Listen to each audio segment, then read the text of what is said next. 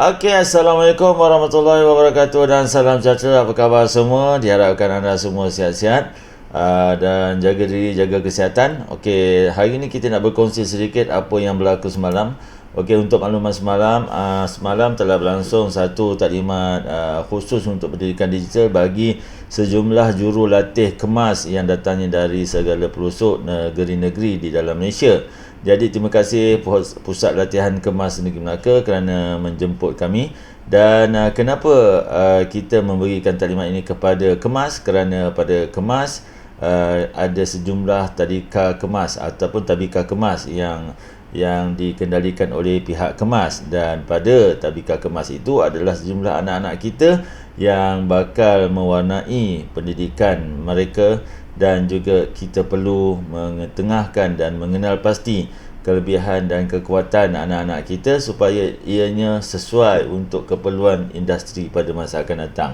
Industri tahu, bukan keperluan akademik sahaja, tetapi keperluan industri. Baik, salah satu perkara yang kita kongsikan hari ini adalah kita petik sebahagian, iaitu tentang kecerdasan pelbagai yang kita kongsikan semalam dengan jurulatih Kemas Negeri Melaka, iaitu ada 9 kecerdasan pelbagai yang kita perlu faham pada anak-anak kita, iaitu yang pertamanya naturalist, musical, logic matematik, existential, interpersonal, kinesthetic, linguistik, intrapersonal dan visual spatial ataupun visual ruang.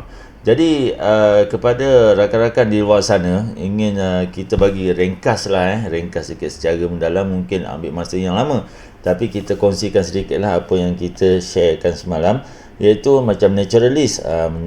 Naturalist ni, orang yang naturalist ni dia lebih rapat dengan alam sekitar, dan dia menjaga kebersihan, dan dia lebih suka untuk bercucuk tanam. Ini orang anak-anak yang jenis naturalist. Kemudian kalau yang musical, untuk musical, anak-anak yang kecenderungan ataupun mempunyai kecerdasan musical, dia suka, dia bukan tak semestinya dia menyanyi dan juga bermain muzik, tetapi dia mempunyai rhythm, dia suka pada rhythm, tempo ataupun rentak yang macam contoh kalau kita tengok dalam kisah Upin Ipin, selamat pagi cikgu, dia dalam kategori yang tu, dia suka benda yang mempunyai rentak. Jadi ini adalah dalam kategori kecerdasan musical. Untuk logik matematik, anak-anak ni dia lebih cerewet sedikit. Anak-anak yang logik matematik ni dia cerewet sikit. Dia suka membuat hipotesis ataupun membuat dia selalu macam kita panggil berkira-kira. Dia berkira-kira, dia agak rigid sikit. Ni anak logik yang matematik. Okey, kemudian existential, anak dalam kategori kecenderungan existential yang tinggi, mempunyai nilai terhadap kepercayaan kepada Tuhan, keagamaan. Tu dia keagamaan dia tinggi. Kalau dia mengaji pun agak memang dia suka, untuk beribadah.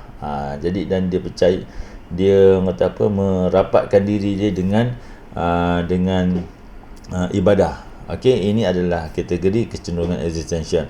Kemudian interpersonal ni macam kita biasa maklum, anak-anak yang peramah, yang boleh berkomunikasi dan boleh bergaul, tak kisahlah golongan macam mana pun, dia boleh berkawan siapa saja. Ini mempunyai komunikasi yang baiklah. Jadi ini adalah dalam kategori interpersonal. Jadi untuk kinestetik pula, ini kadang-kadang ibu bapa salah faham tentang anak-anak yang aktif, anak-anak yang suka kalau dalam bahasa kampung tak kerti duduk diam. Dia tak kerti duduk diam. Jadi kalau dalam anak-anak yang mempunyai kecenderungan kinestetik yang tinggi ni, dia memang tak boleh duduk diam, dan paling baik untuk mengatasi mereka ni adalah memberikan mereka tugasan, dan mereka mempunyai sejumlah tenaga untuk melaksanakan tugasan-tugasan ataupun kerja-kerja lasak lah. Okey, baik. Kemudian linguistik, bila melihat kepada linguistik, kadang-kadang ibu bapa pun salah jangan salah faham bila melihat anak kita rajin bercakap.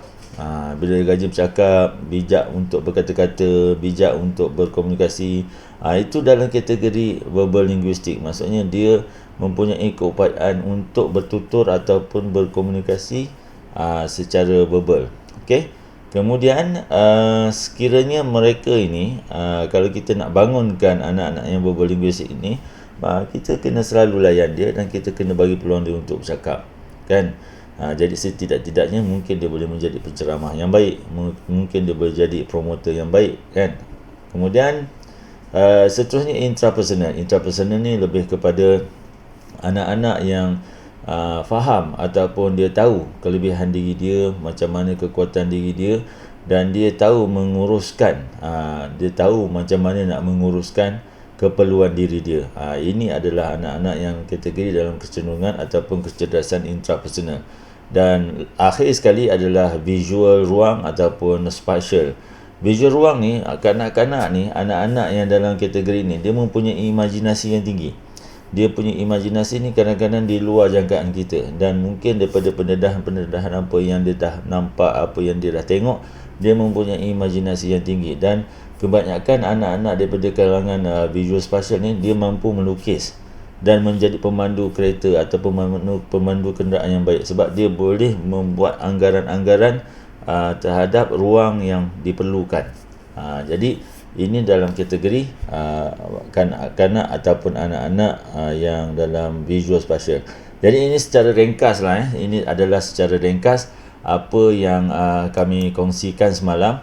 Dan mungkin jikalau ada ruang dan peluang, mungkin kita dapat berjumpa secara bersemuka, sebagaimana contoh di dalam taklimat semalam. Mungkin kita boleh go in deep ataupun lebih mendalam lagi untuk kita bincangkan bersama tentang 9 kecerdasan ataupun beberapa lagi perkara yang kami telah kongsikan semalam. Jadi setakat itu dulu, kita jumpa lagi. Bye bye.